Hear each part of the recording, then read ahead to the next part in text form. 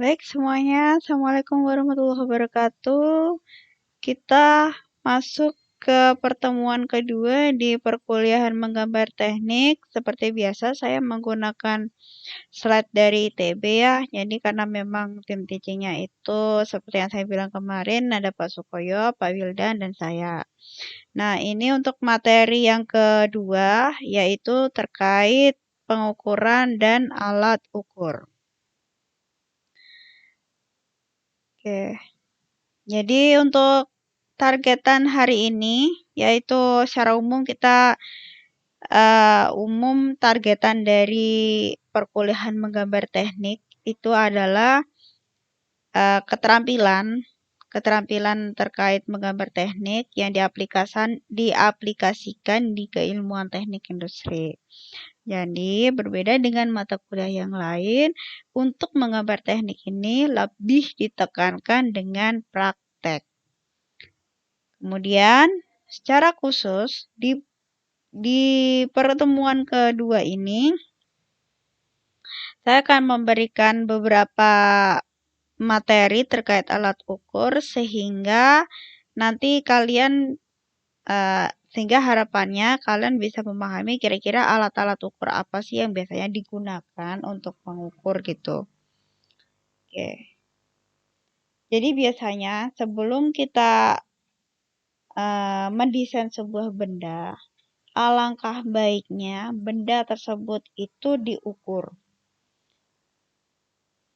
Diukur untuk realnya seperti apa, kemudian diaplikasikan ke sebuah gambar dengan skala tertentu. Misalnya, sebelum kita membuat gambar sebuah mobil, alangkah baiknya kita mengukur dulu panjang dari mobilnya itu berapa. Lebar dari mobil itu berapa. Tinggi dari mobil itu berapa.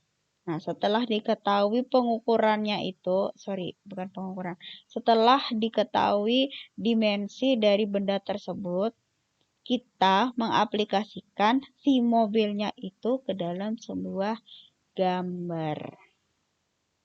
Nah, jadi untuk pengukuran sendiri diartikan sebagai yaitu membandingkan suatu besaran dengan besaran standar. Ini saya membaca teks di sini. Jadi memang pengukuran itu membandingkan kira-kira apakah sesuai standar atau tidak. Next, ada ya, saya menuliskan di sini, bukan saya sih, dosen dari ITB itu menuliskan di sini adalah besaran standar.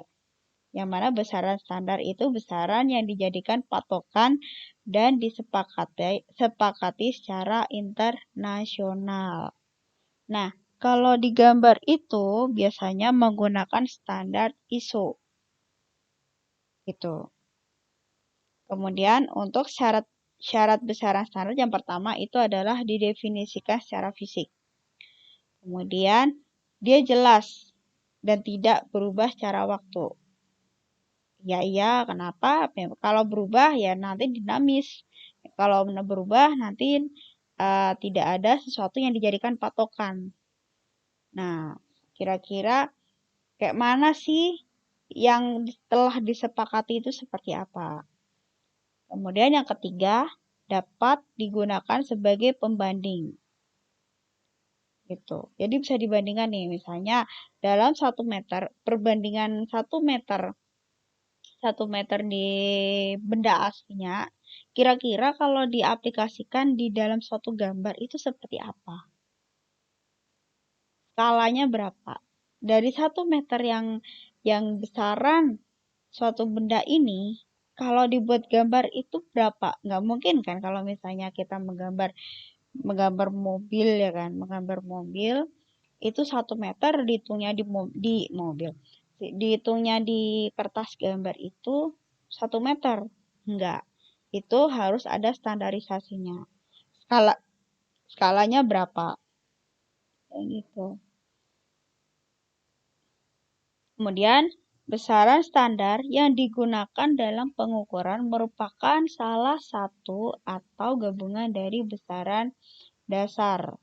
Setiap besaran dasar mempunyai satuan standar.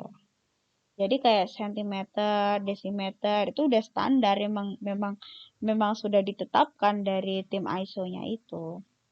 Nah, kira-kira di sini ada satuan standar.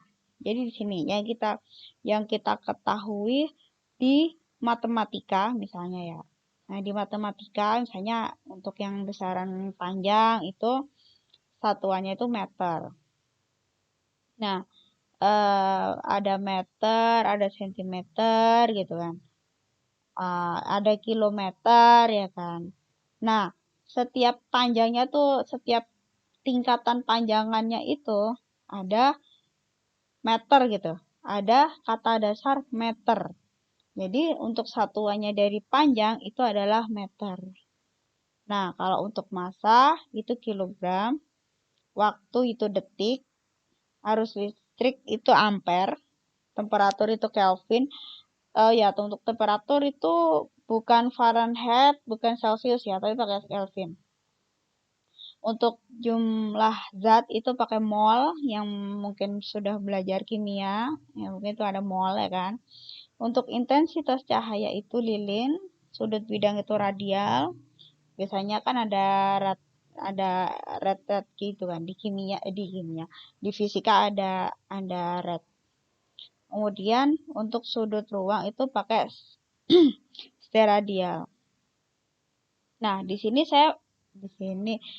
ada tulisan praktek pengukuran itu adalah membandingkan suatu besaran benda dengan alat ukur.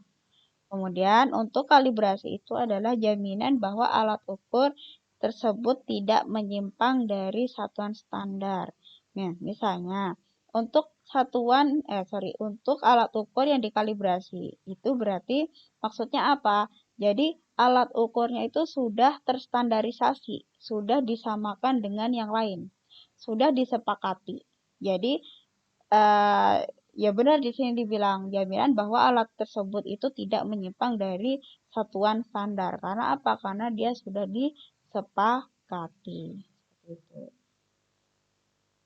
Nah, di sini saya ada 5 sebenarnya jenis alat ukur dan cara pengukurannya ada 5. Dan ini dituliskan 1 sama 2. Untuk selanjutnya 3, 4, 5 di bawah nanti. Yang pertama, jenis alat ukur itu berupa langsung. Mempunyai skala ukur yang telah dikalibrasi.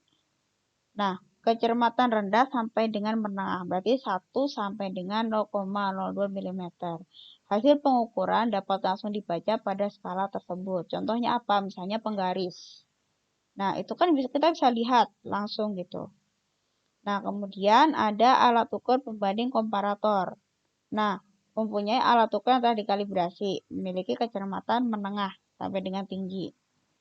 Tetapi kapasitas atau daerah skala ukurnya terbatas, hanya digunakan sebagai pembaca yang besarnya selisih suatu dimensi terhadap ukuran standar. Nah, jadi ini bisa jadi kayak kalau nggak salah tuh teleskop ya, kalau nggak salah ini.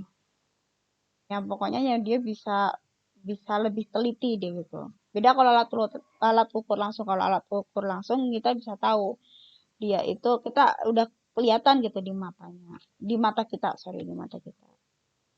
Kemudian ada alat ukur acuan atau standar, yaitu mampu memberikan atau menunjukkan suatu harga ukuran tertentu.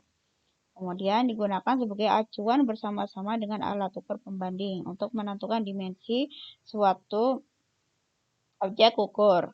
Dan yang ketiga, mempunyai skala seperti yang dimiliki alat ukur standar yang dapat diatur harganya atau tidak memiliki skala karena mempunyai satuan harga nominal. Nah, ini biasanya ya kayak penggaris itu sudah standar sih sebenarnya. Sudah standar untuk 1 cm ya udah segitu gitu. Untuk 2 cm segitu gitu. Kemudian ada alat ukur batas kaliber. Mampu menunjukkan apakah suatu dimensi bentuk atau posisi terletak di dalam atau di luar daerah toleransinya. Misalnya gini, kita punya penggaris gitu. Kita punya penggaris yang ada lubangnya nih. Kita pernah nggak sih kalian itu tuh kayak ada penggaris segitiga kalau nggak salah. Segitiga. Nah, kemudian di penggarisnya itu ada 3 lubang, 3 lingkaran yang ukurannya beda. Nah, jadi ketika kita membuat lingkaran yang kecil, apakah ketika kita melakukan pengukuran ke lingkaran lebih besar itu sama? Nah, pasti ada perbedaan. Nah, uh, di situ bisa dilihat apakah perbedaannya tersebut itu bisa ditoleransi atau enggak gitu. Makanya di sini dibilang alat ukur batas. Kemudian alat ukur bantu.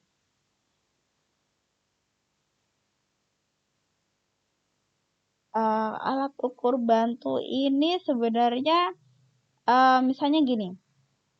Misalnya kita membuat suatu garis gitu, 30 cm, set, gitu kan. Nah, biasanya kita membuat garis 30 cm. Nah, kita kira-kira kita mau membuat suatu pensil gitu. Membuat suatu pensil gitu. Jadi kita meletakkan satu pensil yang utuh, ukurannya berapa pensil nih. Jadi pensilnya itu tuh sebenarnya bukan acuan yang utama ya. Jadi menjadi acuan utama dari pengukuran itu adalah si penggaris tadi, bukan pensil yang kita letakkan di atas atau di dekat garis yang telah kita uh, buat tadi. Untuk video saya bagi menjadi beberapa part biar kalian nggak pusing juga kan. Jadi mungkin saya batasnya ini sekitaran 11 sampai 12 menit. Nanti saya potong-potong jadi biar nggak langsung 60 menit. Oke, terima kasih untuk part 1 selesai. Terima kasih. Assalamualaikum warahmatullahi wabarakatuh.